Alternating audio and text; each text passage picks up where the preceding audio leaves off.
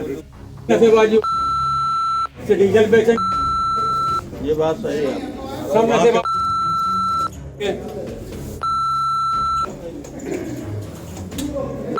लाखों रुपए लेंगे, इन किसी को फर्क नहीं पड़ता, चार्ज तब हादसा क्यों ना हो जाए।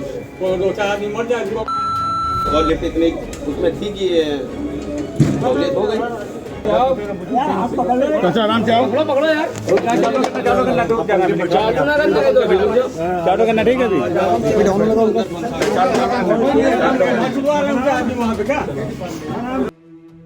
तस्वीर में दिख रहा ये कानपुर विकास प्राधिकरण का बिल्डिंग एक सामान्य दिन, एक सामान्य इमारत और एक ऐसी घटना जो किसी की जिंदगी को हमेशा के लिए बदल सकती थी।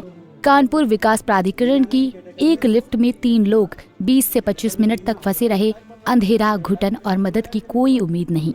ये 3 लोग उस लिफ्ट में सिर्फ फंसे ही नहीं थे, बल्कि उनकी सांसें जैसे समय के साथ थम रही थी। कोई ऑक्सीजन की व्यवस्था नहीं, कोई जनरेटर नहीं और सबसे दुखद केयर टेकर का कहीं अता पता नहीं। अलार्म बजाते रहे, चीखते रहे, लेकिन लिफ्ट का दरवाजा नहीं खुला। कानपुर विकास प्राधिकरण में ये पहली बार नहीं हुआ। विभागीय लापरवाही और अनियमितताओं की कहानियां अक्सर सामने आती हैं, लेकिन इस बार बात जान पर बन गई। एक कर्मचारी की नाराजगी और अपशब्दों की खबर भी सामने आई, जो इस हादसे के बाद अपनी भड़ास निकाल रहा था। उन 3 लोगों के परिवार वाले उस पल को कभी नहीं भूल पाएंगे। 20 मिनट का वो समय जो उनके लिए अनंत काल जैसा था। क्या होगा अगर ऑक्सीजन खत्म हो जाती? क्या होगा अगर लिफ्ट और देर तक नहीं खुलती? ये सवाल आज हर उस व्यक्ति के मन में है जो उस इमारत में कदम रखता है।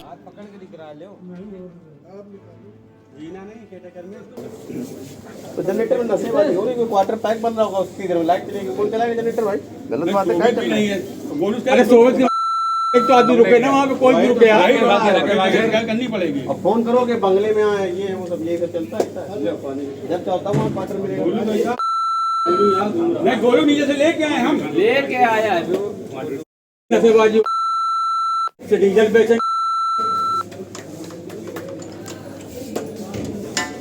बस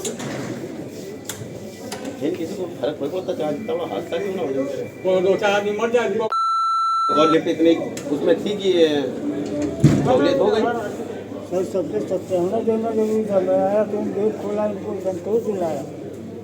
पंजाब केसरी की पड़ताल में एक और हैरान करने वाली बात सामने आई है।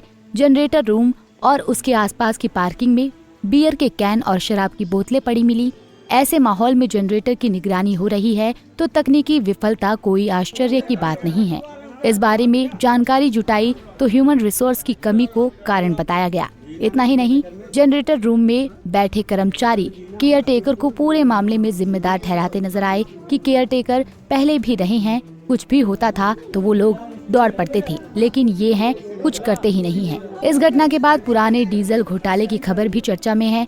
अब एक बार फिर वही सवाल खड़ा हो रहा है कि क्या डीजल में हो रही हेराफेरी के चलते जनरेटर समय पर शुरू नहीं हुआ, क्योंकि विभाग के कर्मचारियों ने स्वयं इस बात को कबूला है डीजल बेचा जाता है। पूरे मामले में जब पंजाब केसरी ने केडीए के केयर टेकर अतुल राय से बात करनी चाहिए तो वो अपनी कुर्सी से नदारद मिले। अब देखना है कि इस मामले में क्या कार्रवाई होती है।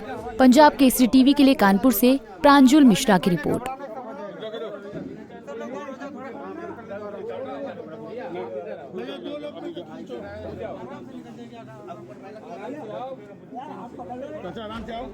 हमसे जुड़े रहने के लिए हमारे YouTube चैनल को सब्सक्राइब करें और नई वीडियो की नोटिफिकेशन के लिए बेल आइकॉन को दबाएं।